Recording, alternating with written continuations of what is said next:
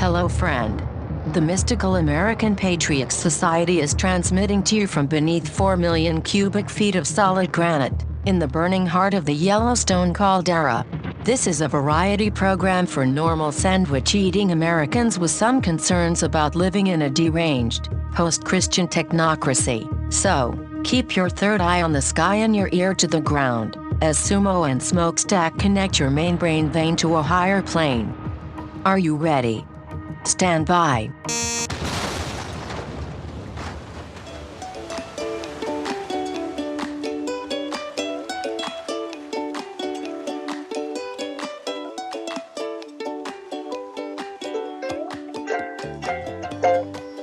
Just like me.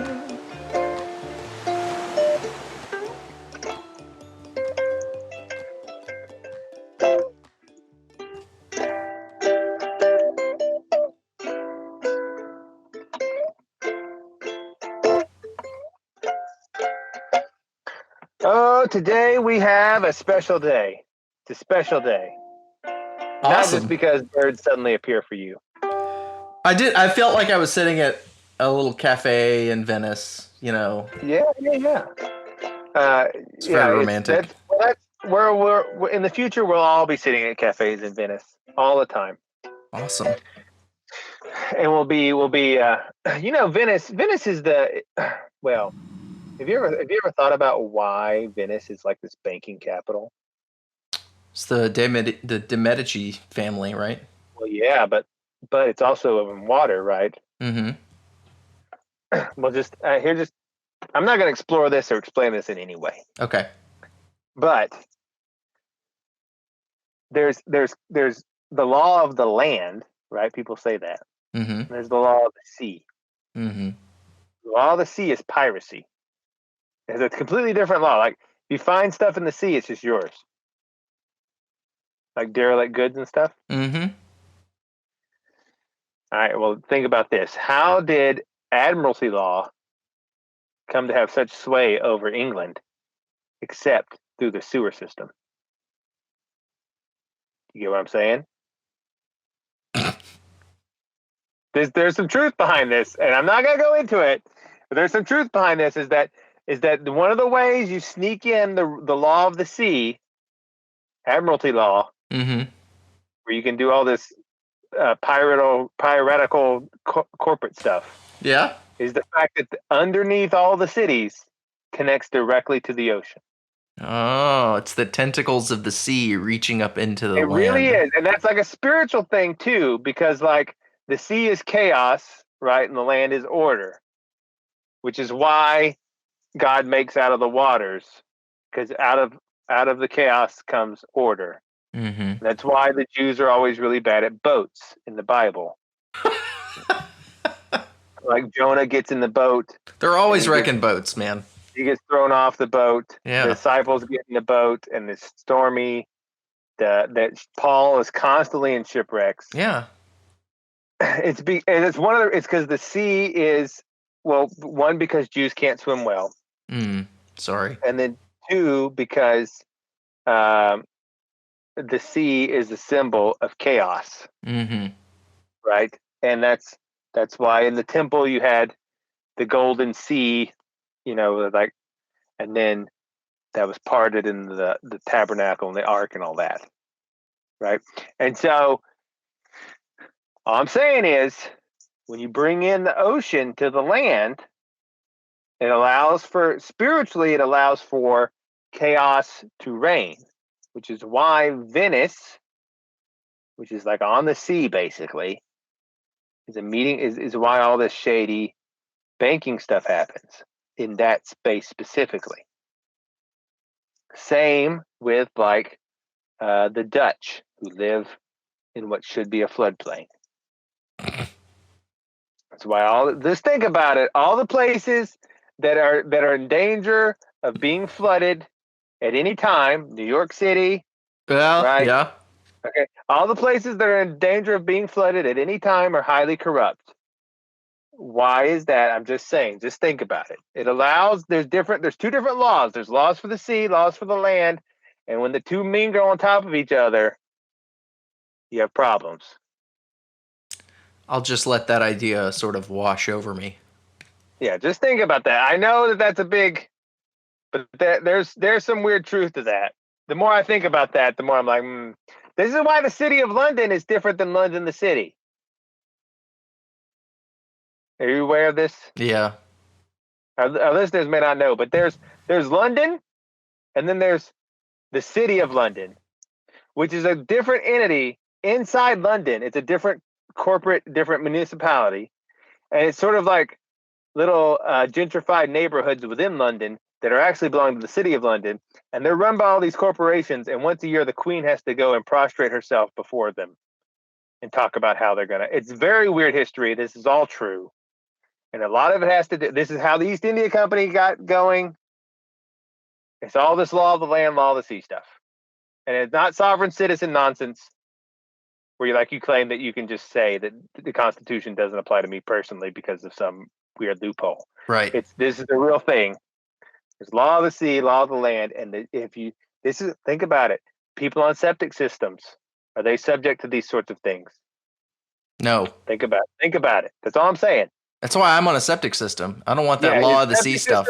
The septic system. If you're on the sewer, you have to. You're under a little bit of the law of the sea.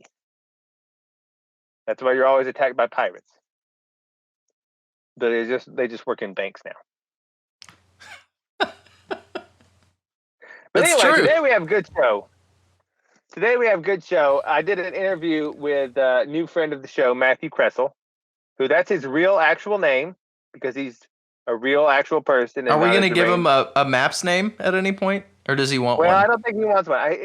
He has a real actual name, and it's because he's a real person and a normal person instead of being a deranged internet lunatic. Mm-hmm.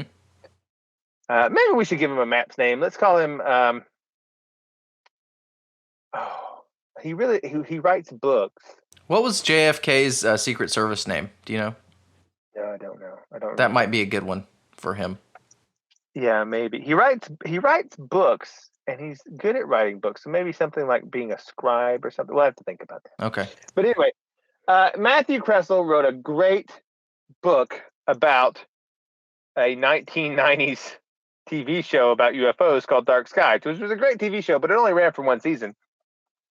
And Matthew wrote this book going really in-depth research, and he also hits along all of the great UFO and conspiracy theories of the 20th century, and they're all in there. He researched them all thoroughly, and it's fantastic. And I heard him on The Saucer Life, which is another great podcast, which one day I hope to be on and berate Aaron about, the host. I'm going to berate him for some of his incorrect theories. And we're going to put him on. But anyway, he was on Saucer Life, and I heard him, and then he was like, "Oh, he was from basically the same hometown as me." And so I looked him up, and he still lived there. And so I said, "Well, next time I'm back, let's get together, and we'll have an interview in person." And so we did an in-person interview, and we talked about all sorts of things.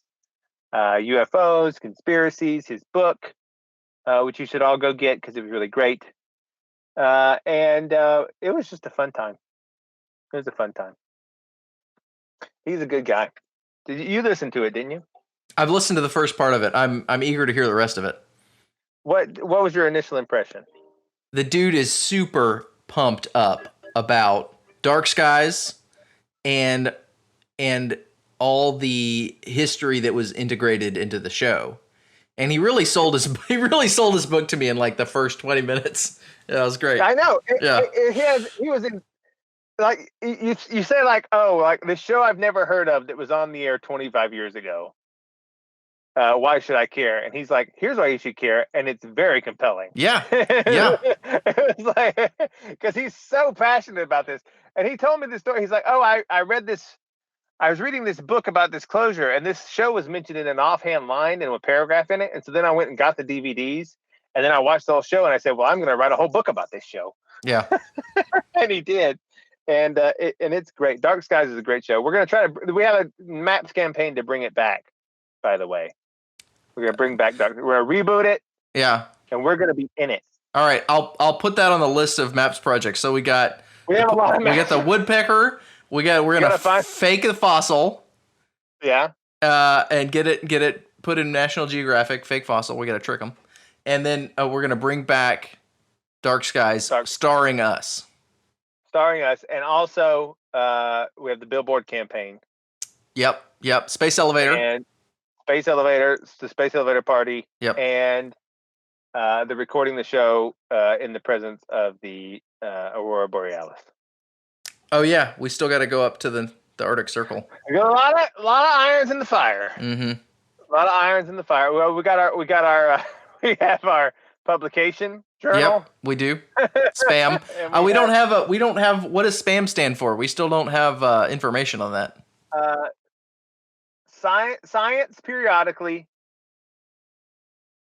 always magic. That's not bad. Science periodically, also magic. Because we do science sometimes. Mm-hmm. But we always talk about something semi-magical. Mm. And that's why, I actually ran an experiment with rice, but it didn't come out right because I accidentally canned all the rice. Mm. I was doing the one where you make the different cans, you put different food in different jars, and you label one good and one bad. And you talk well to one once a day, and you talk evil to the other once a day. Like, you suck, rice. You're like, oh, gross. Look at you. I'd never want to eat you. Blech. And the other one's like, ooh, you're such a good looking rice. Look at how white your kernels are. Mm-hmm. You're lovely. And then you see if one rots faster than the other. But in the process of preparing the rice, I think I put it in the jars too quickly, and I basically just end up canning and preserving the rice because neither of them rotted in any shape for months. Like, they're still up there on the shelf. It's been like a year now, and they're in perfect condition. There's only so long a man can hurl abuse at a jar of rice. I did it for like 2 months. 2 months straight. I got up every day, and I yelled at rice. And nothing happened. And I think it's because I accidentally did like a perfect canning process and just preserved both of them perfectly. You should have sprinkled some beard hair in there. Yeah. Well, what I gotta do now that I think about it is just leave the jars open. Mm-hmm. But see, I didn't want to do that because then you can always say like, well, maybe one bacterium got in one jar but didn't in the other. Right. And so I wanted to seal them so that it wouldn't. But then what I did was after I cooked the rice, I put it in and then immediately sealed it. And I think it was still so hot that it basically killed anything inside of it and made it last forever. Just gotta put a cheesecloth over it with a rubber band or something. I didn't prove sympathetic water theory, which I was hoping to investigate. Mm-hmm. I didn't disprove it either, but I did learn how to can goods. So that's a win. Definitely. Sympathetic water theory is basically the whole idea behind homeopathy, which is that water resonates with whatever happened in the past. And so, like, if water was in contact with something, or like water just resonates, is basically the idea. And some Japanese scientist did this experiment and published it, and he had supposedly good results. And it was published in an actual Japanese journal about this talking to rice deal, which is very similar to the talking to plants experiment. And so I thought, well, I'll just do that. But then I just ended up having a canned goods festival. That sounds like something Scientology would make up. Which one? The sympathetic water theory. I know. I don't think it's true, but I was going to test it, and then I was going to report. My hope was I would run this experiment, and then they would both rot basically at the same rate. And then I would say, well, here's a counterpoint. Can you just make some hate water and then give it to a plant and see if it kills the plant? Maybe. I mean, I was going to do this experiment with these different kinds of special waters because there's this thing, and then there's also like holy water. Mm-hmm. I was going to put that in something and see, like, if I cooked rice in holy water, does it preserve? And then I don't think it would. And then I would just say, well, look, I ran the experiment. And then when someone brings it up to me, I say, I couldn't find anything special about your water.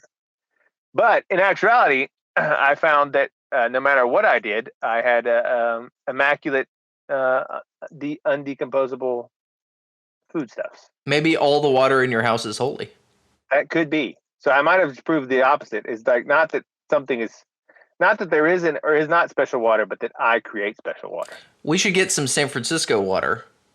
Yeah. And try it with that and see what happens. Because, there's this history in the human mind of holding water as having, like, even today people get water from, like, sacred places and, like, carry it back. Yeah. Like, I know a guy that was a priest for a while. But then he got kicked out of the priesthood for something in the 60s involving the civil rights, something, I'm not sure. And they disbarred him. And then he got married and had a kid late in life. And then I went to his kid's wedding, and he came wearing a big coat, top hat, and tails. And the thing about it is, he still retained all of his priest powers, even though he was not allowed to officiate as a priest. But under the Catholic idea, once one is made a priest, one is sort of always a priest. Mm-hmm. You can be kicked out and relieved of duties, but you're still like all of your sacraments that you did would be valid. Okay. So he did the marriage ceremony for his kid, which was valid even though not licit. Like, it was illegal, but it still worked in their idea. And he did all that. He was like a renegade Baptist, going around baptizing people when he wasn't supposed to. But he supposed to have priest power. And he liked to go to Israel and get water from the Jordan River to, like, bless stuff around his house. Sounds and expensive. People have done this for all the time. They believe in water from sacred shrines and stuff, Yeah. And I'm not a big proponent of this, but I was going to test it. I was going to give it a fair trial and try some rice, and different stuff. And anyway, the experiment did not work out. I got to try it again. But that's going to be a sample of some of the things in our journal. We're going to test the woo and hopefully disprove a lot of woo. Mm-hmm. Not that anyone that believes in the woo will care. No, that's the part of the for problem. Our own purposes. It's going to be a very limited market for our If you weed out all the woo, then you get to the real woo, is my idea. You got to distill the woo. You got to cull the woo. Yeah, I think Matthew Kresal would agree with this. Okay. Well, wrapping it back to him in the most labored segue imaginable. We'll just pop right into this interview and see what he thinks. Okay, here you go. Hello. Okay, hello. I am with Matthew Kresal. Kresal is the right. He is the author of an interesting book called. What's the official name of the book? It's the Silver Archive number 5, Dark Skies. Dark Skies. So, I heard Matthew on another podcast, The Saucer Life, and he said he had written the book about Dark Skies, which was a single season UFO show in the mid-90s. And the minute I heard that, I thought I have to talk to this guy, because that had to have been a labor of love, because people don't write books about shows from 25 years ago that most people have never heard of unless they really love it. And then 2, when I was listening to the show, I learned he was from basically the same hometown as me. And then I thought, well, he understands the weirdness of the area and how it engenders that in people. And so I thought we'd have him on. We're actually doing an in-person interview, which is why you probably hear some wind sounds, because we're outside to prevent killing each other by virus. Yes. And so here we are. So Matthew wrote the book on a TV show called Dark Skies, which was sort of, I believe Aaron described it as Dollar Store X-Files. It's a rather ungenerous term for it. I mean, the better description I've seen for it, which I actually used as the chapter title in my book, which was coined by a critic review on Amazon for the DVD box set, is that it's Mad Men for the Close Encounters set. Yes, because it's set in the 60s. It's set in the 60s, and it's essentially alternate history if you think about it, because the whole premise of the show can be summed up by its tagline that history as we know it is a lie. Which is true. We all know. Yes. And the whole premise of the show is that there's been a shadowy conflict between, on the one hand, an alien invasion led by a group by this race calling itself the Hive, which are these sort of weird ganglion creatures, right, who took over the Greys and their technology. Right. And in 1947 showed up at Roswell and basically demanded humanity's unconditional surrender. And it ends about as well as you expect if you know your ufology. Right. So you have the Hive on one side, and you have an agency called Majestic on the other, which those familiar with UFO lore will... Right, Majestic 12. Yes. Correct, yep. So the whole premise of the show is that throughout the last half of the 20th century, there was a series of shadowy interventions in history, shall we say, as part of this conflict. So it's everything from the show starts with Francis Gary Powers getting shot down over Russia in 1960. And it takes in the JFK assassination, the first appearance of the Beatles on American TV, the Gulf of Tonkin incident that really kickstarted our involvement in Vietnam. People as wide-ranging as, I mentioned the Beatles earlier, but Carl Sagan, Jack Ruby. Mm-hmm. So it's a show that basically is a grand unification of conspiracy, as Bryce Zabel, one of the creators, put it to me.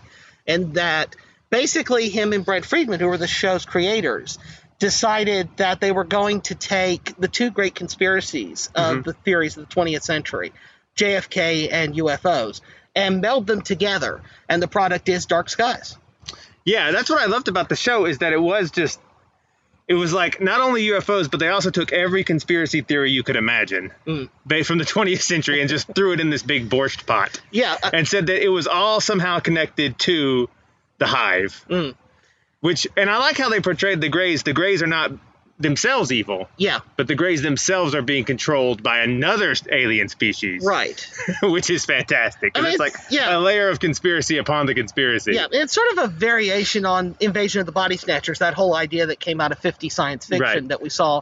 Invasion of the Body Snatchers is probably the best example, but Robert Heinlein's The Puppet Masters, and also from over in the UK, which is as a fan of British sci-fi, I love Quatermass 2 by Nigel Neal that aired on the BBC in the mid-50s. And famously got remade by Hammer as one of their early films in 1957. So it's actually drawing on that end of it as well. And as somebody interested in the Cold War, the whole Body Snatchers stage of the fiction comes out of the Red Scare of the 50s. Right. And it's interesting that Dark Skies is created at an exact point when the Cold War is over. And there's all this revelations about espionage and what we did and didn't know that was coming out of that. The same year that Bryce and Brent Zabel were pitching the show, the NSA declassified Venona, which was this to decrypt the Soviet communications from the 1940s. That revealed that there was a ton of Soviet espionage in the United States in that period. Which, looking back, it's like, of course there would be. Yeah. If you're in a war, we were doing it to them too. It's like you had spies everywhere. Yeah. But yeah, so what got you into Dark? Because I vaguely remembered Dark Skies because my mother at the time, we're about the same age, and my mother was into the Pretender. Yes. And I remember the show, and she got me into the X-Files because she would watch all this stuff. She didn't watch Dark Skies, but Dark Skies would come on, I seem to remember, like, in conjunction around the Pretender. It was part of NBC's Saturday Night Trilogy for the 1996-97 season.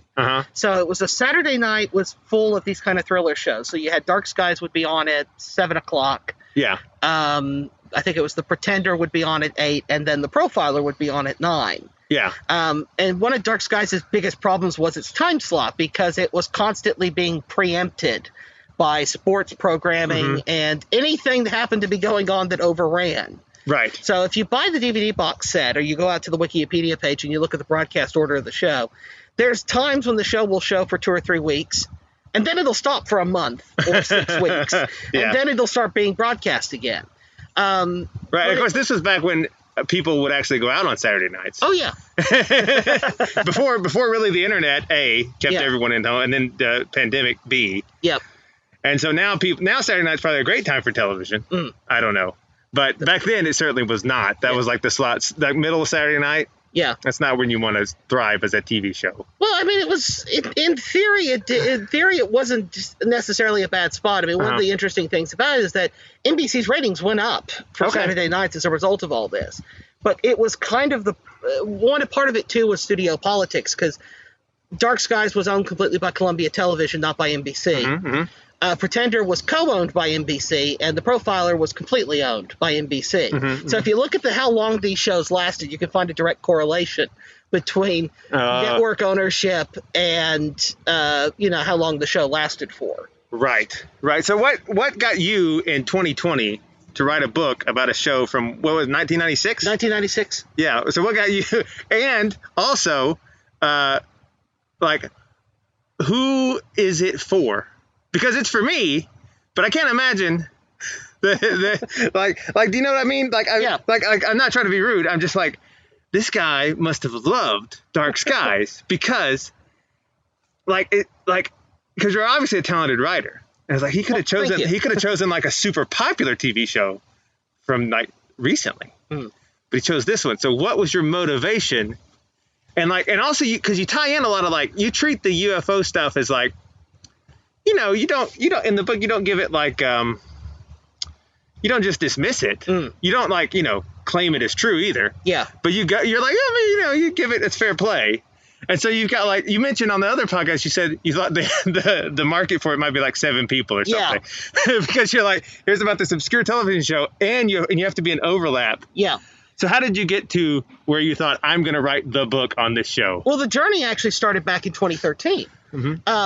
Funnily enough, it happened on the other side of town from where we are, the Barnes & Noble at Jones Valley. And I was in a bookstore. I was, at the time, living with my grandmother, who's in her 70s and doesn't drive. So as eldest grandson living with her, I would take her shopping on Fridays and Saturdays. And one Friday night, I had dropped her off in the shopping center that's attached there. There's a Barnes & Noble there, so I would go in and do that while she would shop. And I walked over, and I just happened to catch sight of a book called AD After Disclosure. Okay. And I picked this thing up thinking I'm just going to flip through it. And I ended up reading the first 20% of the book basically while sitting there. And when my grandmother called me hour and a half, 2 hours later and said, I'm ready to go. And I had to work that night too, because I was working third shift at the time somewhere else. And I actually bought the book before leaving. I was that enthralled with it. And it took me a couple of weeks to read it.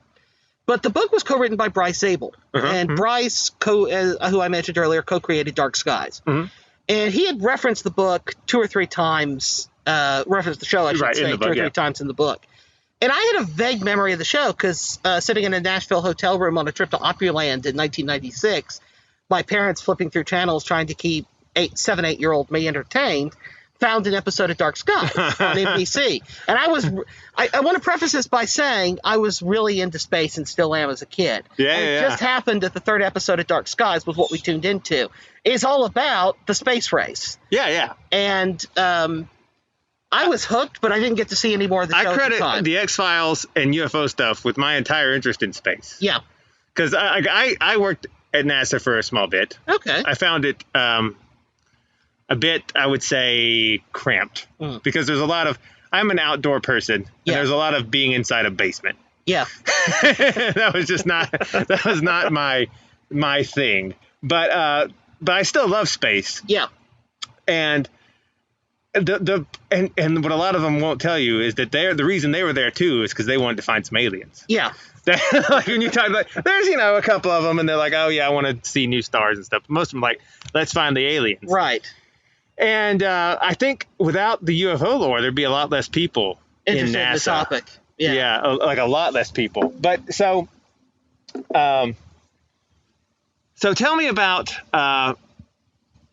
So you mentioned well, I guess so. Dark Skies, we compared it to, at first we said like Dollar Store X-Files. Yeah. But what makes it different, I think, is that it was this long, from the beginning, is this long arc of a story. Like X-Files was episodic monster of the week. Yeah. And it had a story that sort of showed up every now and then. Yeah. You'd have arc episodes. Yeah. But then there would be a filler where they just go, some guy was secretly a ant monster or whatever. Right. But this one was like, it was more like a modern show, like Game of Thrones or something. It was like we're telling a whole story series episode by episode. It was very serialized storytelling. Yeah. And it was planned that way from the beginning. Excuse me. And part of what I was able to get from Bryce in particular through the documents was they had a 5-year plan. They knew almost, I wouldn't say they knew exactly where they were going, but they had a very, very good idea of where they were going. So you'd have first season would be set in the 60s. And then you would move in the second season into, the late 60s into the mid 70s, ending somewhere around the Watergate scandal, which would have been great to see given the. So they were going to go through and hit all the major conspiracy theories of each decade. They were going to hit a little bit of anything and everything, right, along the way. And then by the time they got to their 5th season in 99-2000, they'd have caught up to the millennium. And the idea was that would be the one that would be out in real time. Okay. And it would sort of play out kind of in the okay. present day in real time. I wonder if they'd hit Y2K in there. I'm sure they would have. I'm sure they would have. It wasn't quite on the radar yet in '96 Right. in terms of the general public, but I think if they had gotten closer to it, they would have. And NBC actually did a Y2K, TV movie of the week thing. They did. Yeah. Which I have only ever seen clips of, but it's one of those things, of course, we're looking back on it from 20 years after the apocalypse that didn't happen. But the clips I've seen of it are hilarious. Yeah, I remember Y2K, everyone sitting up and it was like 3 minutes after midnight, and we were like, I guess the bombs didn't drop. Yeah. So go to bed. Yeah, I was 11 years old at the time, and I would have been 15. Yeah, I was 11 years old at the time, sitting around.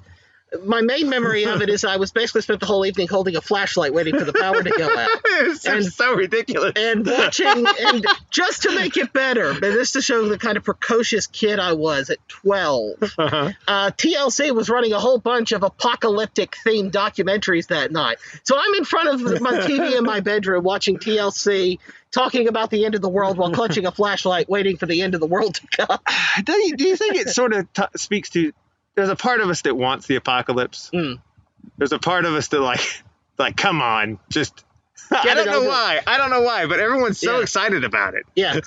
I mean, Y2K, 2012, when it didn't roll around. I think, to be honest, people are disappointed the pandemic isn't killing more people. In a sense, I think there's a lot of people that wish it was like way worse. I think there's only I think part of it is that psychologically, I think it's a chance to start again, and you just kind of hope I'm not. You don't think you're going to be the one who's going to die, right? You're going to be the one to start over. I mean, it's to risk getting political. I mean, people pointed out the preppers and whatnot who were all protesting about open everything back up, and it's like you're the people who are supposed to be ready for all this. Right. And I think one of my Facebook friends pointed out, who's a psychologist, pointed out, it's kind of like, but they thought they'd be in charge when it happened. Yeah. Well, and you want, it's like this idea you want a great reset. Yeah. And then if you don't get the great reset, it's just sort of sad. Yeah. It's like, well, we just sat around, and then the only thing that happened on Y2K was my clock on my Windows computer it thought it was 1983.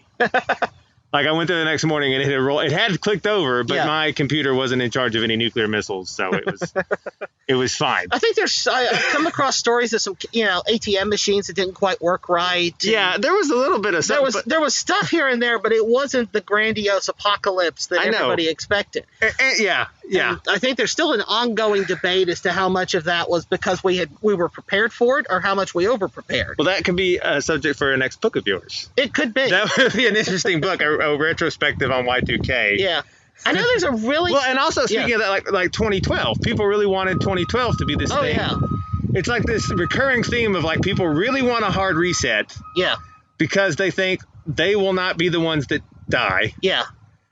For some reason, because these all appear quite random in there, and then you would flip over, but you never quite. It's always sort of like half, and it's sort of sad. Yeah.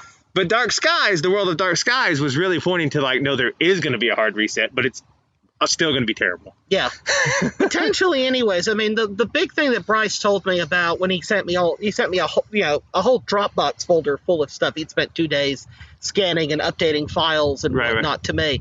And his basic thing was, take all of this with a grain of salt, because the only thing you can take to the bank is what we actually get shot. Yeah. And plans change along the way. Sure. And there was, going back to the earliest versions of the outlines and stuff that they had for their first season. I mean, the first season ends in a completely different place in what was televised from where they were going to originally. But there's my only sort of regret with the book, and it is kind of a minor one, is that I didn't get to incorporate more of that material that I got sent. Well, because there was just, the book actually grew by a third because of Bryce and Brent's involvement in it. I actually did a whole draft where I didn't hear from them for a while. And then I sent my first draft off to Obverse and got it back from the editor there. And at one point, I had found the original pitch Bible that had been sent out to the various networks. And I had quoted from that pretty extensively in that draft. And they were like, well, you may want to go make sure, A, this thing's authentic, and B, they don't mind. And I had been in touch with them, but hadn't heard much from them. And I got in touch with them, and over about a 6-month period, sort of, in the mid-late last year, I got interviews with both Bryce and Brent. I also got, as I said, a whole Dropbox folder full of documents. Right. And the book just completely grew as a result of that. I mean, the book is a full third longer in terms of word count and page count than it was when I first sent it in. But even then, there was still material I couldn't incorporate. Both because there wasn't really a place for it in what I'd written, but also some of these documents would have been difficult to reproduce without reproducing the entire document. So. Right. So tell me about Obverse Books, because that's your publishing company. And they are unique. I had never heard of them before. Yeah. But they publish, it looks like, sort of retrospectives on TV shows. That's part of it as well. I mean, they deal a lot with, they've had a lot of success with something called the Black Archive. Which, if you're a Doctor Who fan, you'll know that's Unit's kind of warehouse in the show. It's Unit's warehouse for all kinds of extraterrestrial tech. It's like the British Hangar 51. Yes, thank you. Yeah. Which, if you don't know, Hangar 51 is where allegedly they keep a lot of the stuff that they used to keep from Roswell somewhere else at Area 51. Yeah. But everyone got wise to Area 51, so they moved it to Hangar. That's the lore. So they created a whole series of sort of critical analysis books based on the show that you could take an episode of the modern show or a serial from Classic Who, and you could basically take it apart, look at the thematic stuff in it, the making of it, whatever if you could find, 20 to 40,000 words to say about it, have fun. And that had been very successful. So around 2017, Stuart Douglas, who runs Obverse, got the bright idea that they would do it, that maybe they should take that approach with the wider world of what the Brits call cult TV. And I had seen Dark Skies in 2013, having had my run-in with it when I was younger, and having tracked down the DVD box set. And I said, I want to write a book about this, because this is, if you drew a Venn diagram of all my interests, Dark Skies had everything. Right. And you can tell that in the book, because it's like, this guy is really passionate about these overlapping things that happen in this TV show. And it was, I got to the end of watching it kind of late 2013, and I said, how has nobody written a book about this? And I had my first couple of essays about Doctor Who published in books from a couple different places, and I said, you know what? If nobody else is going to write the damn book, I will. Yeah. And it started a journey that took just over 3 years and 3 different publishers before I found somebody crazy enough to do it. And the second publisher basically said what you did in your introduction about, I don't think there's a big market. Right. Big market for this. And I actually have to credit my best friend because I had gotten very kind of dissuaded after that particular rejection. And I just kind of said, you know what, maybe they're right. There isn't an audience for this thing. And my best friend talked me into it and basically said, are you kidding? You have to pitch this. You can make an audience for it. Yeah. And if it's well done, and it is well done, and everyone should get the book. Well, thank you. But it's because it's a great book, and because it sort of, it leads you into like a very interesting look at later half of the 20th century. Yeah. Both in quote unquote reality and quote unquote conspiracy reality. Because you look at because the whole premise of Dark Skies is an alternate history. Yes. That they present as like, well, no, actually, this is what history really was. And so you mentioned your 3 interests that got you in the book were Cold War history. Yes. UFOs and conspiracy. Yeah. So let's go through those one by one. Why were you into the Cold War? What is it about the Cold War? I suspect it came out of an interest in space, because I was the kind of kid. The Space and Rocket Center was a home away from home for me when I was a kid. I went there a lot, too. Yes. If you're from Huntsville and you don't know what the Space and Rocket Center is, what's wrong with you? Right. You were clearly not raised right. But I spent a lot of time there. So as a kid, I watched both a lot of science fiction, but a lot of space factual stuff. So I was the kind of kid, my parents would go to the library and check me out cartoons, but they'd also check me out movies and documentaries. So it was not unusual for me to be sitting there reciting JFK speeches back at the TV that I was learning from watching this stuff. And I still can with a couple of them. Because that's how my brain works, apparently. But watching a lot of that stuff as a kid, I became aware that there was what I can now recognize as a historical context. I'm not sure I was smart enough as a 5-6-year-old to realize it then. But that sort of sparked an interest in history kind of wider, I suspect, was wanting to understand what led to all of this incredible space technology that existed, basically put put this town on the map. Right. So I suspect, though I don't know for sure, that's where my interest in history and the Cold War came from. Okay. But it certainly spawned off into a wider interest in a whole number of topics, Cold War espionage. Right, because you can't go into the space stuff without them being like, well, what about all the spies around the space stuff? But then the UFOs that supposedly floated around all the rocket areas and stuff. And and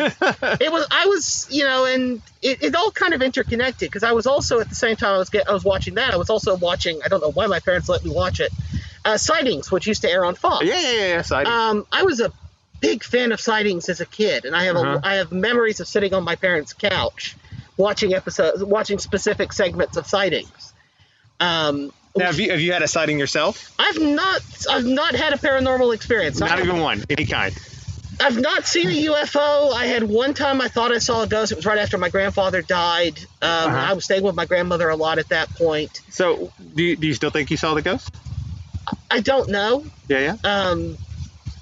To be fair, it was the middle of the night. I walked into the living room. The lighting wasn't great, and my grandfather had a very specific spot on their couch he sat, and I thought I saw something there. Yeah. It was there 1 minute, it was gone the next. Well, that's how ghosts work. Yeah. But it was dark, the lighting wasn't great, and I wasn't wearing my glasses. And I have glasses for distance rather than up close. So I honestly don't know. Right. Well, my guess would be that it was a ghost. I mean, but because people, this is the thing, everyone says, I have had no paranormal experiences. But then if you ask, it's like, well, except the time I saw a ghost. Like, I had a guy on my show the other day. He used to work for NASA also. And we got to talking. I said, have you ever had any paranormal experiences? And he was like, well, one time. And he was like, no. And then he was like, well, one time I saw an angel with the head of a lion. And I was like, and that just didn't count before? Because everyone says no. But you never seen a UFO. I was for years, going well into my teens, I was always on the lookout for stuff. And I used to mistake car lights driving up a mountain where we lived, because I ended up moving to the Honeycomb area near Grant. My parents did when my brother was born. So I lived there for 15 years. And occasionally I would see things on the mountain and think, UFO. But nothing, classic silver saucer triangles, any of that. No spheres in the sky. No spheres in the sky, nothing quite like that. Yeah. I don't know if was it looking hard enough or looking too much? I'm not sure which. But they say that they usually, people that are on the lookout for them see them less. Yeah. And I don't know what that means. Yeah. I definitely haven't been looking for them recently. I live over an airport flyover, so occasionally step outside at night and see something flying over, and then 2 seconds later, jet engine noise catches up. So, right. I don't necessarily. I haven't seen a UFO. I may or may not have had a ghost sighting. May or may not. Yeah. Yeah. If I did have a ghost sighting, I do tend to be a subscriber in the stone tape theory. Oh, yeah. Which I think, if indeed that's what I saw, I tend to think it was some variation of the stone tape theory. Yeah. Because as far as I could tell, if it was my grandfather, he didn't try interacting with me. He just kind of sat on his couch and did what he normally did. Yeah. It's. The stone tape theory is very popular. It is. I think it's somebody who tends to be fairly rational and tends to believe in nuts and bolts and what can I actually prove. The stone tape theory is about as close to that as we get at least with hauntings. I think the thing with a lot of the paranormal stuff is that I've just kind of come to the conclusion there's no one easy answer to everything. 100%. There's no, and that's, I think, part of the reason why science and scientists are a little leery about approaching it is generally with science you can apply one thing to it and that's the explanation for everything. Right. And I think perhaps less so than some grandiose conspiracy to cover things up and not talk about certain subjects. It was just kind of we know that this can explain this. So that has to be the answer for everything. Right. Because it gets into this. There's so much subjectivity involved in all of it. Right. And, I like to say, there's Bigfoot and there's ghosts and stuff. And the thing the scientists always go is, well, you can't reproduce it in a lab. Yeah. And I would say, well, it's reproducible, just not on demand. Yeah. It happens to people all the time, over and over again. We just can't control when. And that upsets us. Well, it's like saying that somebody gets handed a forged $20 bill. Yeah. And saying that, well, this $20 bill is fake, therefore all $20 bills are fake. Right. It doesn't quite work that way. But, on the one hand, I don't think that having a dose of skepticism is necessarily a bad thing. There's nothing wrong with keeping an open mind, provided that your brain doesn't fall out. Yeah. I can't remember. I've been accused of that too a couple times. I can't remember who said that, but it's a great quote. But Yeah. I think there's a nice sort of happy medium 100%. between the two. And when I was writing the book, I certainly went for a slightly agnostic position. But if you want my own personal opinions on it, I do tend to think there's an underlying phenomenon, at least to the where UFOs are involved. I simply cannot believe millions of sightings, hundreds of thousands of photographs, films, videos, whatever else. Right. I cannot all believe that they are swamp gas, the planet Venus misidentified, and secret military aircraft flying around. I simply can't buy that is the explanation for absolutely everything. Yeah, I agree, because the people that have no connection at all consistently tell basically the same story. Right. Across the whole world.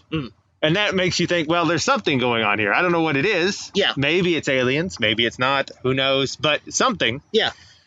So what are your thoughts? So with if you were to think about the show, because a lot of the premise of the show that made it good is in the 1990s, people still sort of all believed sort of the same general thing. Like conspiracy theories were very fringe. Yeah.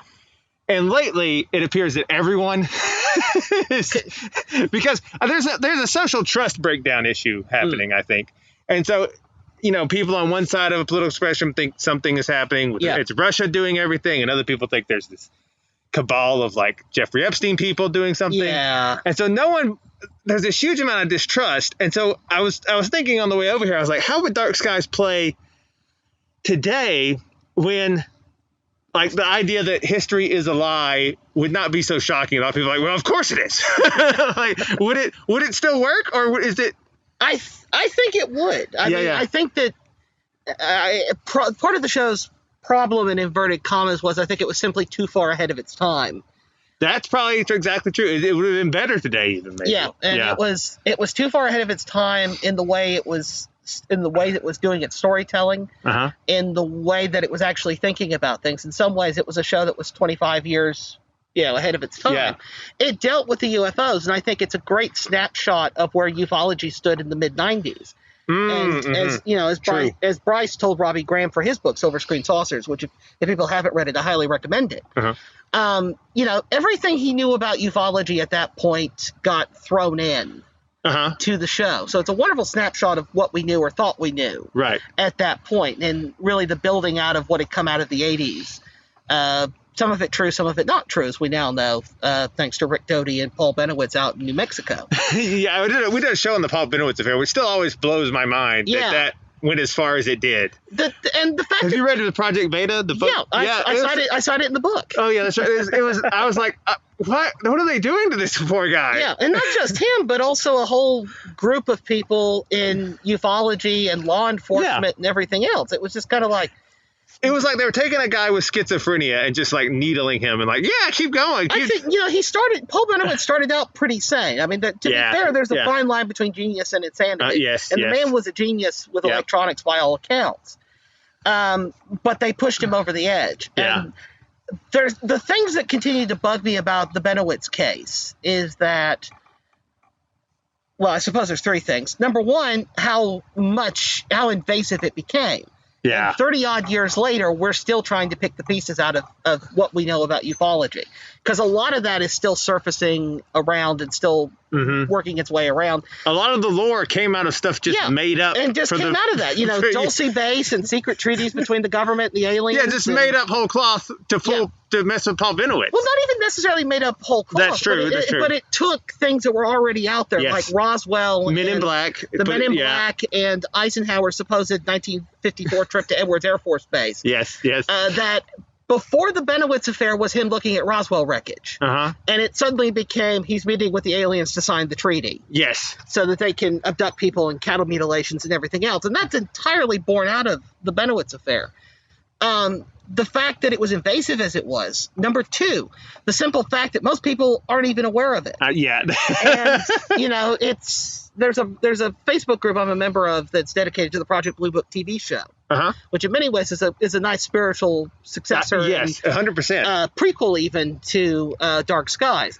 But if it's like every week or two, I have to go out there and go explain the Paul Benowitz and Rick Doty story to people and explain why Dulce Base doesn't exist and everything else. And also opportunistic people who built on top of that. Yeah. To make some money out of the UFO crowd.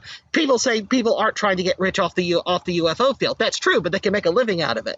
Yes. And there are certainly, for my money, plenty of hacks and charlatans who have done exactly that. Yeah, and they've just muddied the water just as badly. The paranormal field has been rife with grifters from day one. From day one. But the final one, which is the one I find most intriguing, that I think I talk about in the book as well, is that we still don't know what it was for.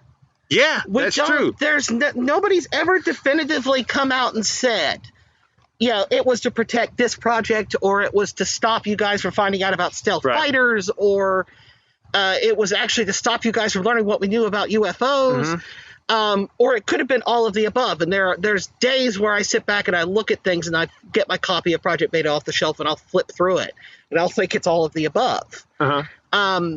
But it's certainly the thing that you don't get modern UFO lore without the Benowitz affair. Yes. And you don't get the Benowitz affair without the Cold War. Because the most generous way that we can sort of look at what happened to Paul Benowitz was it was aimed, the UFO field, the KGB and other Eastern European intelligence services had an interest in the UFO subject and the UFO field because they had figured out, as I think the AFOSI and others had figured out before them, that you could use the UFO field to look, because people are looking for strange things in the skies. They're eventually going to see something secretive. Right.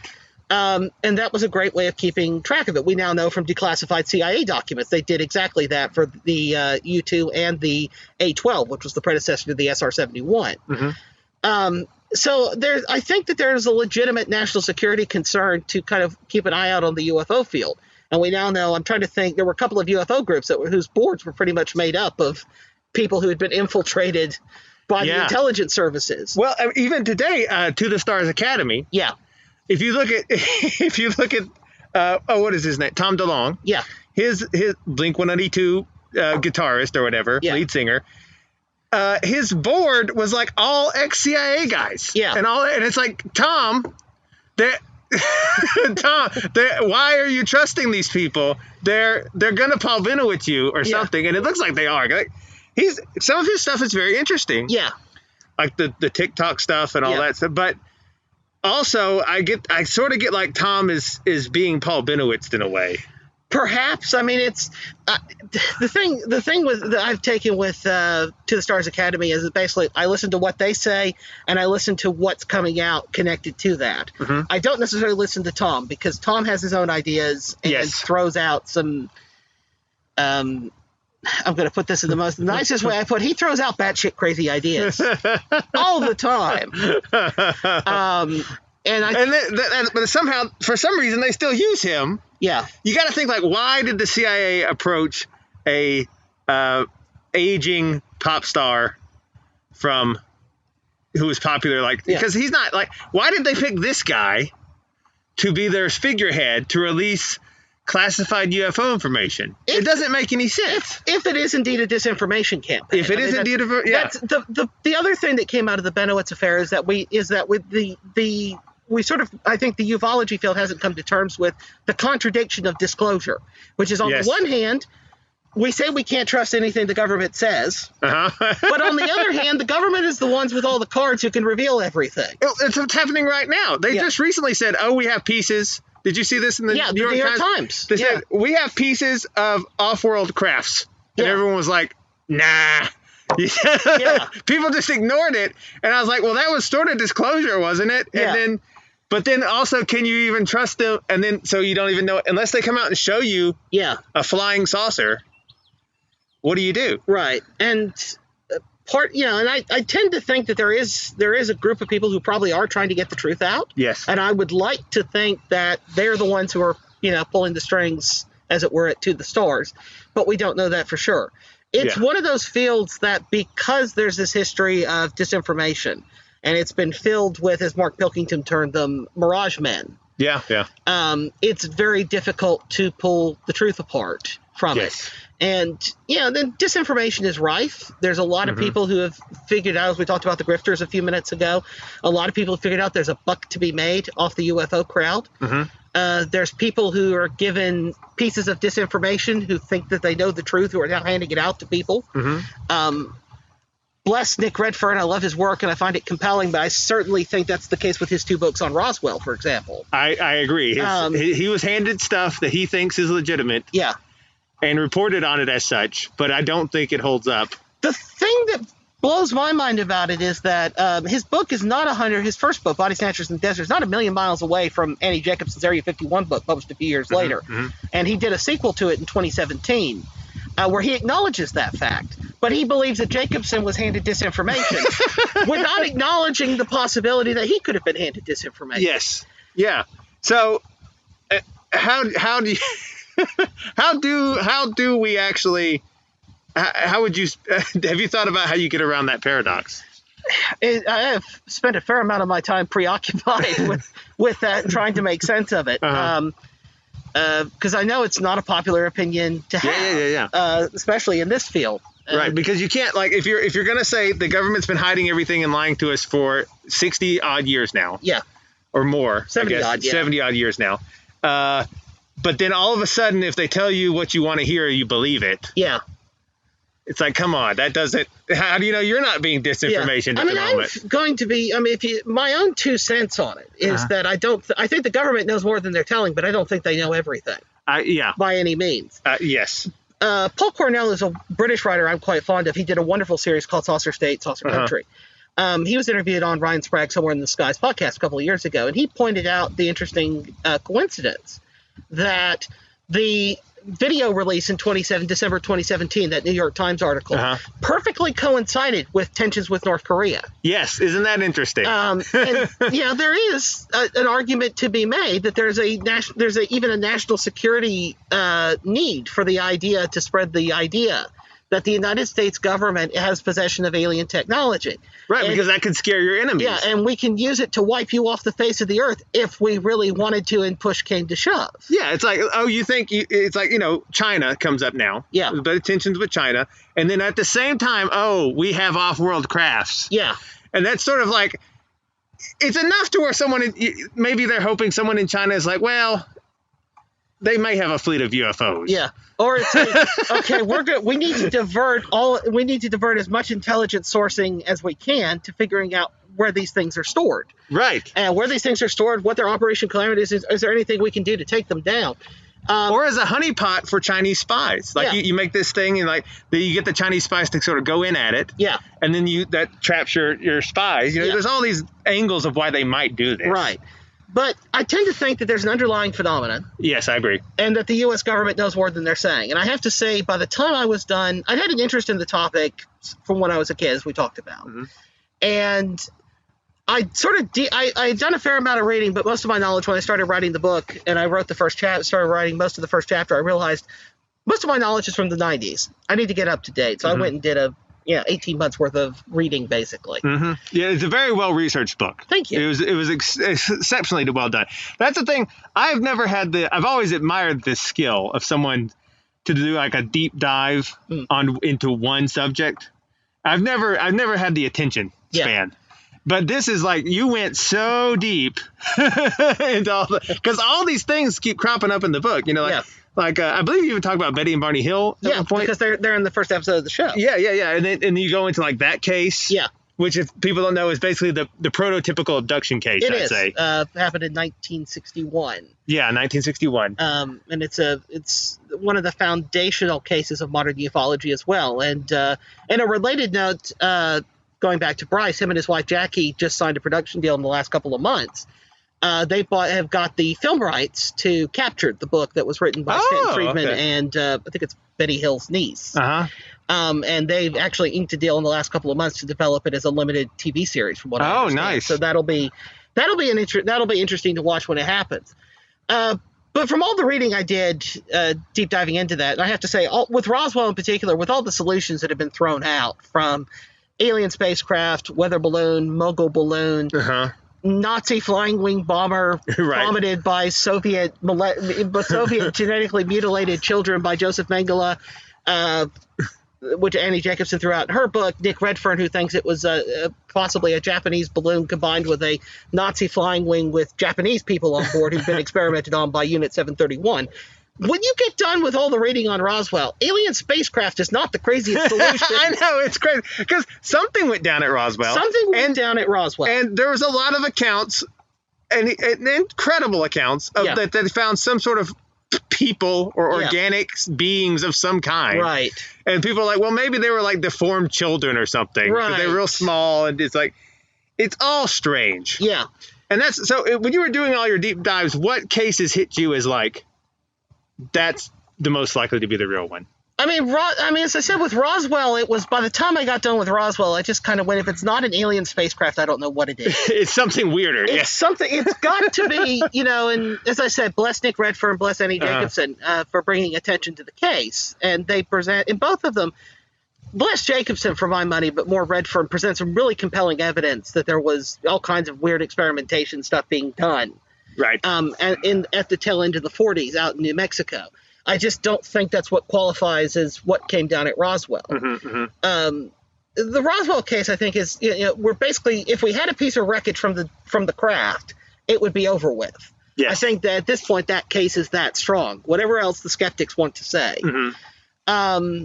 But I think Roswell was the big one for me. The Majestic 12 documents, for that matter, as controversial as they are. Yeah. The more time I've spent around reading into the original batch of documents, forget everything else that came later, but looking back at that original batch of documents from 85, first revealed to the public in 87, I think there's a very strong circumstantial case to be made that they are genuine. Yeah, there's at least genuine stuff in them. There's genuine stuff in them. The documents themselves, people point out like the extraneous comment, the dating system, and everything else. And I think famously, I'm trying to think it was Philip Klass maybe who challenged Stanton Friedman. He'd give him $100 for every document he could go pull from the archives from the same period that had some of these same errors in it. And Friedman came back with a whole stack of them. So Klass paid him $1,000 for the first 10 and said no more. Right. Which I think proves that just because there's errors in the document doesn't mean it's not genuine. Yeah.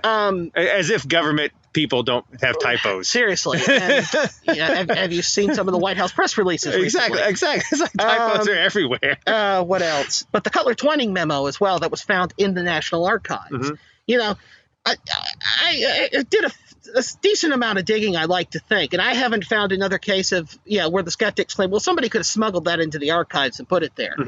But I have yet to find another case where somebody decided they were going to do that. Right. So it suggests that either the document is genuine or somehow the UFO topic was of enough interest and importance to somebody, presumably in government, since the government runs the National Archives, that somebody felt a need to plant a fake document for these guys to find. Yeah. And told them exactly where to go to find it. Right. Yes. And, so I think there's a strong circumstantial case that they're genuine. On the other hand, it's the exact same period as the Paul Benowitz case. Yes. And I think that there's, and we know that as part of that whole disinformation campaign, Rick Doty had a meeting at Kirtland with Linda Moulton Howe and presented Linda Moulton Howe with some documents that basically read the same thing as the Majestic 12 documents did. Didn't call them the Majestic 12, and some of the details were different, but the substance is very much the same. Right. So, but that creates the sort of atmosphere of doubt around it. So I would like to think, though there's no smoking gun, that those original documents, the Eisenhower briefing memo, the Truman Forrestal memo, the Cutler Twining memo, that they're probably authentic. Everything after that point, especially after the late 90s, I am entirely skeptical of, and I am willing to. The waters get more muddled the more people get into the subject. Right. And part of the problem is that Dark Skies airs in 96, 97 and ties in the JFK assassination to Majestic and the death of Marilyn Monroe and everything else. And within a year of the show finishing broadcasting, all of a sudden, there's researchers bringing forward documents saying we can link Majestic 12 to the death of Marilyn Monroe and JFK. Yes. It's suspicious as hell. It's almost like almost as though they were just getting their ideas from a TV show. It was. There's a sense of cross-pollinate. To be fair, Dark Skies is cross-pollinated with the UFO community. Yes. And with UFO lore and everything that came out of it. And all of a sudden, Dark Skies is now cross-pollinated back to it and feeding in these ideas. Yes. It becomes a very tangled web. It becomes a very tangled web, and that may be the whole point. I don't know. Right, and then you can't. Well, that's the way it always is with this stuff. Mm-hmm. So that was your UFO thing. What about just a plain normal conspiracy? What is your normal conspiracy that you believe like that something shady went down? Oh. Because JFK is shady to me. JFK is very shady. Anybody who looks at the JFK assassination and goes, Lee Harvey Oswald did it, no questions, no cover-up, no nothing. He at least had someone else, at the bare minimum. There's enough high strangeness around the JFK assassination to convince me that there's more to that story than just Lee Harvey Oswald on his own. Yes. Particularly the activities of the FBI and CIA, particularly through one of my favorite historical figures with the unlikely name of James Jesus Angleton, who was the CIA's head of counterintelligence, who there's strong evidence to suggest was running a fake defectors campaign at the end of the 50s. Because there was a number of, we all know Lee Harvey Oswald was a former Marine, was a radar operator for U-2 flights, somehow got into the Soviet Union, defected, and lived there for 2 years and came back. Yes. And that sounds like an extraordinary story until you suddenly realize that he's one of a small group of people. Right. All from different services, but with similar information, who all in roughly a year period, maybe 18 months, all ended up behind the Iron Curtain and came back. Yeah. And what are the odds that of that group, 3 of them all live in cities that President Kennedy visited during November 1963. Yes, what are the odds? And it sort of reminds me, a modern equivalent is sort of Edward Snowden, honestly, because he was here, he did his leaks thing, and then people were trying to catch him, and somehow he escapes to Russia. Yeah. It's like they were looking for him for like 3 days. Yeah. It's like, how did he get across borders, and then they don't, and now he's still just over there, and he's probably going to come back at some point. Yeah, I mean, he's not the only person who did that. During the Cold War. It's so suspicious, like they want him to get loose. Yeah. Because they could have easily caught him. Yeah. But somehow they didn't, Well, I mean, he knew the tricks, how they would track him. So that's the but idea. Snowden's one of those that I have mixed feelings on. Yeah. One of my writing acquaintances is a guy named Mike Brady, who used to run the PIOC under the East Wing of the White House during the early years of the Bush administration. And he's written extensively about intelligence and stuff, and written a couple of novels, too, that I recommend. But we had a conversation at a spy-themed event in Atlanta a couple of years ago. And his kind of feelings, as I remember them on Snowden, was that Snowden revealed some legitimate abuses. Yes. But in the process, he also gave away the entire keys to the kingdom. Yes. And it's kind of the question of, could you have done it without revealing absolutely anything and everything to anybody and everybody who was going to be paying attention to it? And I don't necessarily know if I buy into the idea that Snowden was a Russian agent to begin with, because I know that's been thrown out there. Right. But there's some stuff in the Snowden case which is very what ties it for me with Lee Harvey Oswald is that his escape to Russia is like, you could have caught him. Yeah. But why didn't you? It's like that would be like if I committed a felony and tried to get on a plane, I would be stopped. Yeah. But somehow he gets on and it's like, I mean, it happened throughout the Cold War. You look at Guy Burgess and Donald McLean, these British diplomats and intelligence people who managed to, leave the UK on a Friday and were in Russia, and disappeared until the following Monday. Yeah. And weren't seen until they were in Russia days later. And, we now know, tipped off by Kim Philby sitting in Washington. Edward Lee Howard, who was a CIA agent who was trained to go to the Moscow station in the early 80s. We don't quite know what happened, but he failed a CIA lie detector test. He was let go from the agency. And in 1985, after a Soviet defector came over and said that there were, he named at least 2 different people, one of whom was Ronald Pelton at the NSA, the other one was identified as Howard. Howard, under FBI surveillance and whatnot, manages to dump himself out of the car that his wife is driving in the middle of the night in the New Mexico desert, somehow manages to fly from Albuquerque to Europe and then to Moscow. Yeah. And he spent the last 15 years of his life basically in Moscow. Yeah. So it can be done. Right. But the question is, were they let go or did they just manage to outwit the system? Right. these days, I mean, one of the consequences of writing the book, but also for several years in the mid 2000s, early 2010s, I was a great believer and follower of the 9/11 truth movement, which I no longer subscribe to those views. I want to state that categorically for the record. It's fine if you do or don't. I don't. Dear God, I don't. I look back at some of the stuff. I'm sure there's still stuff I wrote in that period floating around online as a fairly precocious teenager who thought he knew everything. You have to go through phases. Yeah, and but that whole experience, because it just seemed incredible that somehow, a handful of terrorists on some airplanes managed to outwit the multi-trillion-dollar defense system. Well, on some level, I think believing the conspiracy theory is a psychological cope. Yeah. Because you want to think like, well, they had to have something, because we can't be that weak that a bunch of nonsense would cause that much damage just for like a few people. Yeah. You don't want to think you're that vulnerable. Yeah. And so you invent these. I think that's what spawns a lot of conspiracy theories. Yeah, I would tend to agree with that. But out of the experience of coming in and out of the 9/11 truth movement, and also writing this book, I've ended up, funnily enough, probably more skeptical than I was coming in. Mm-hmm. Which isn't to say, I dismiss everything outright. Right. Far from it, because I think that's just a dumb thing to do. Right. But I tend to be more skeptical of things because, never put down a conspiracy what you can put down to bureaucratic incompetence. Yeah. Well, I like a phrase that conspiracy theorists are almost always right about what they think didn't happen. Right. But almost never right about what they think actually did happen instead. Right. Because they have a good nose for like something doesn't smell right here. But then the theory they give on top of it is like what actually happened is like, well, no. You end up with like something like the Martin Luther King Jr. assassination. Right. You end up with people who spawn these grandiose conspiracy theories about, the FBI, the CIA, Army intelligence, Green Beret snipers who actually did the shooting and everything else. Right. And you just look at that case and go, it's not entirely possible James Earl Ray, with no real experience of shooting guns, could manage to pull off the shot that he did, because it doesn't require. It's not like the JFK assassination or indeed the death of RFK. Right. It doesn't require a whole lot to have actually pulled it off. Right. Like some of it, it's like it's not that hard. Yeah. But I mean, conspiracies I think are easier to believe. One of the reasons why they're so appealing to writers of fiction, and I say this myself as somebody who writes fiction, who's also written short fiction dealing with the UFO topic. It's appealing because it puts a narrative on things. Yes. And we live in a world where I think it's, especially as we've seen in the last few months, things are crazy and they are chaotic, and there's, as much control as you want to put on things, you necessarily can't. So I think there's times when it's a lot more comforting to believe that there is somebody pulling a string somewhere in a boardroom. Yeah. Picking up the phone and calling somebody. In some sense, a shadowy group of people running things is more comforting than nobody running things. Right.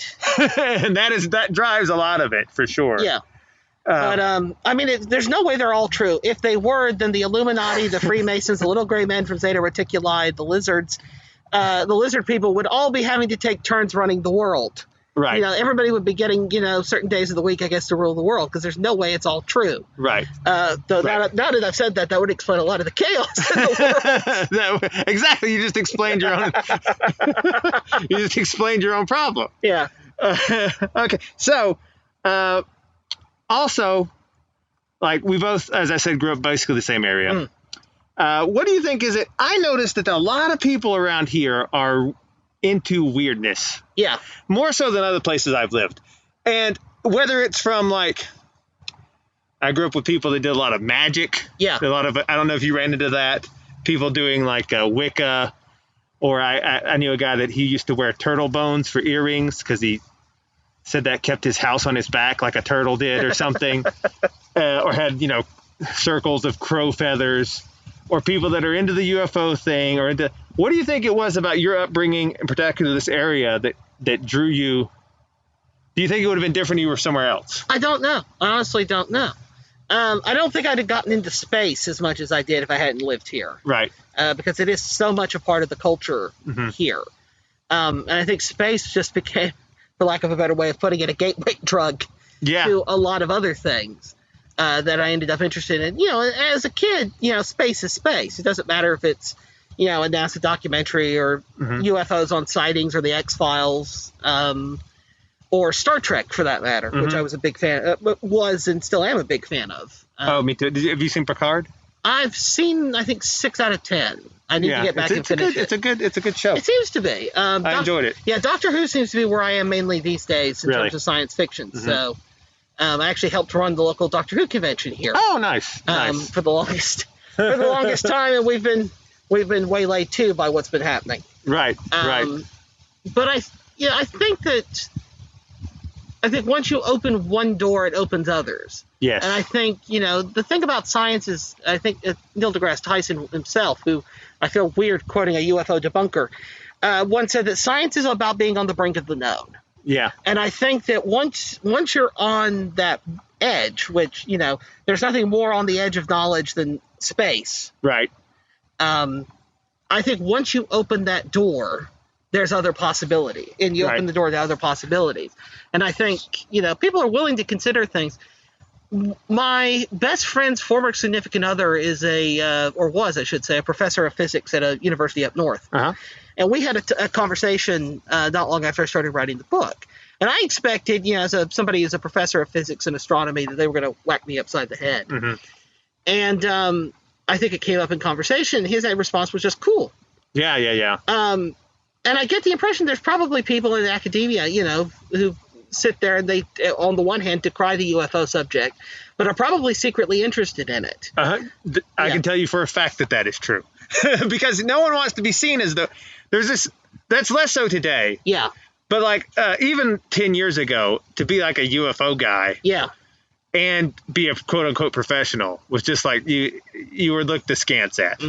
But that's less so today because everyone's just getting a bit more into anything. Yeah. But yes, yeah. So, lastly, on the other show, he asked you if you could redo Dark Skies today, how would you do it? Similar question, if you could redo Dark Skies, but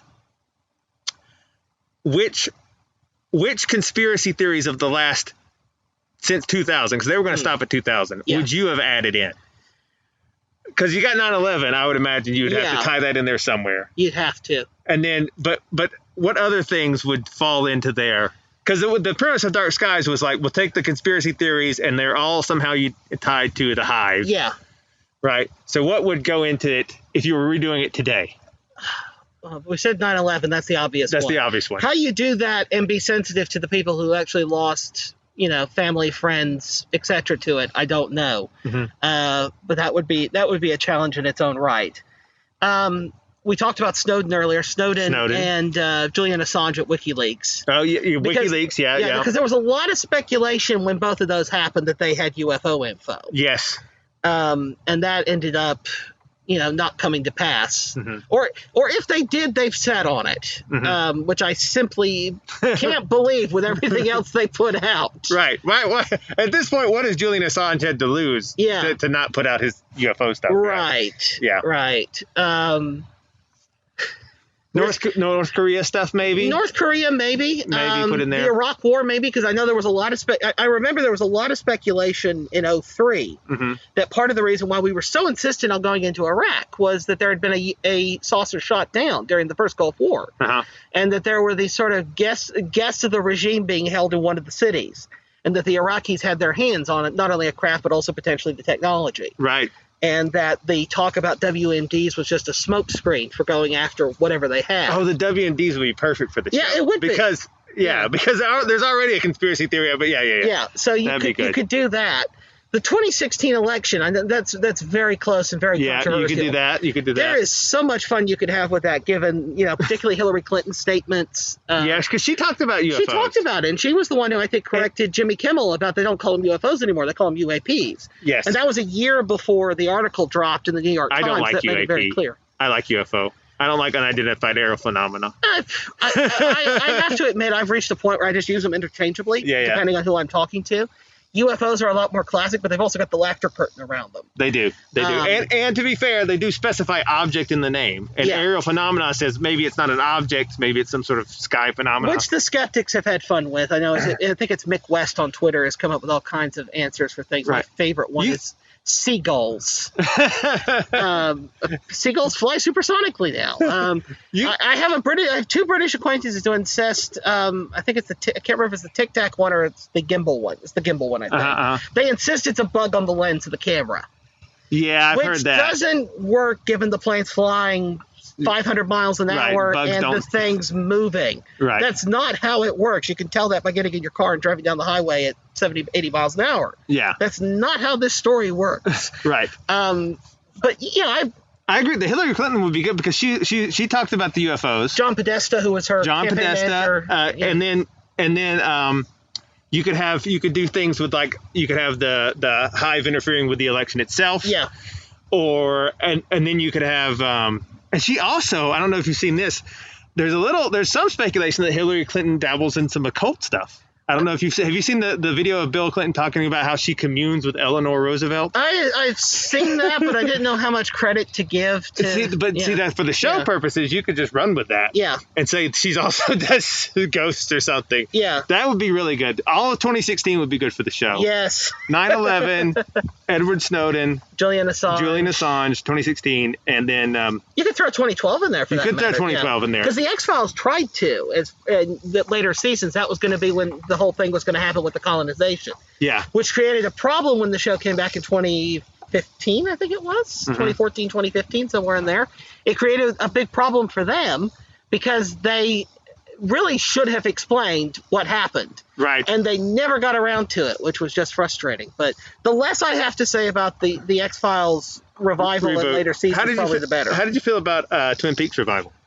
I haven't seen it, to be honest. I haven't seen much of it. I haven't seen. I did the original run of the show on Netflix, but I don't have Showtime, and I've heard so much mixed opinion from people who love the show about the revival that I simply haven't felt the need to pay out the money to Showtime for the streaming service or to fork out, I think it's the $30 for the DVD set.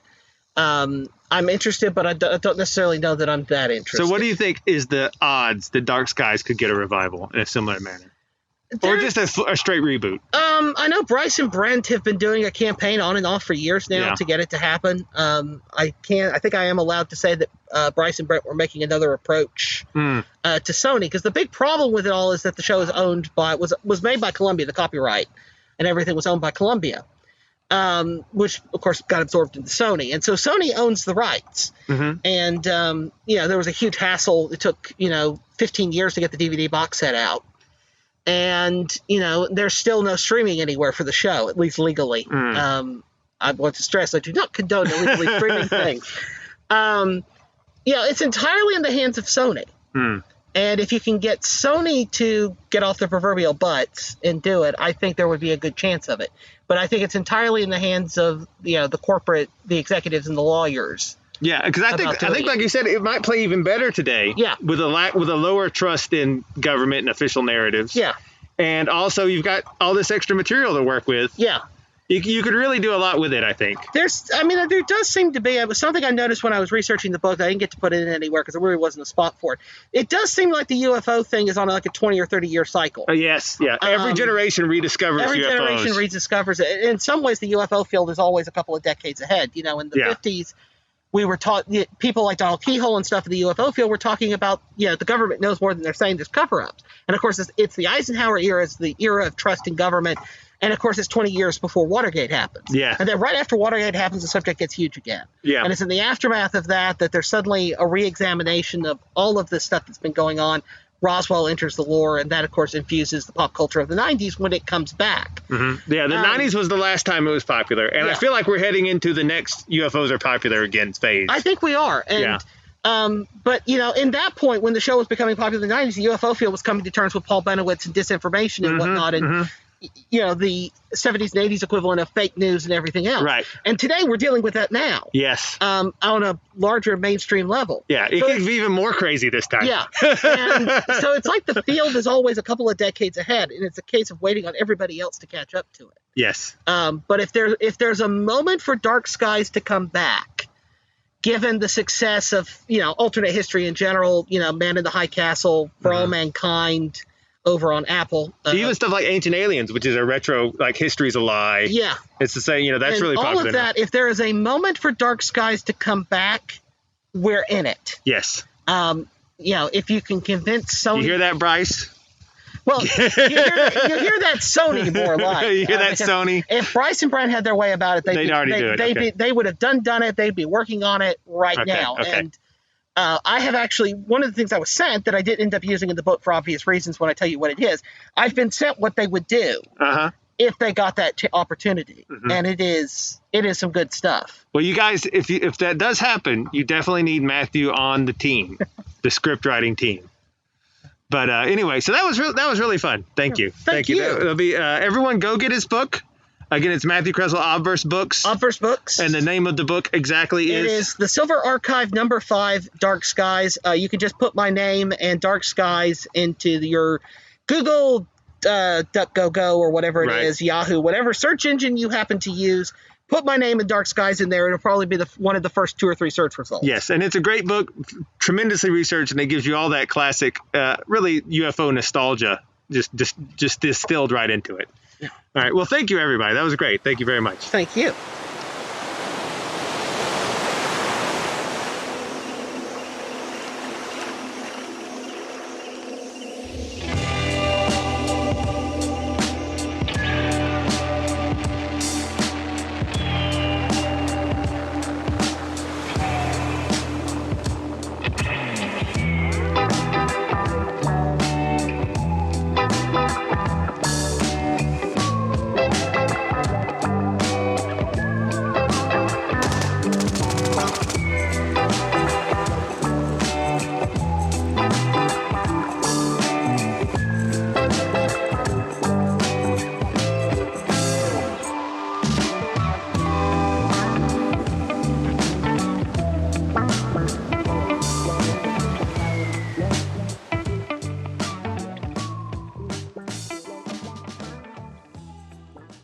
Brrrr.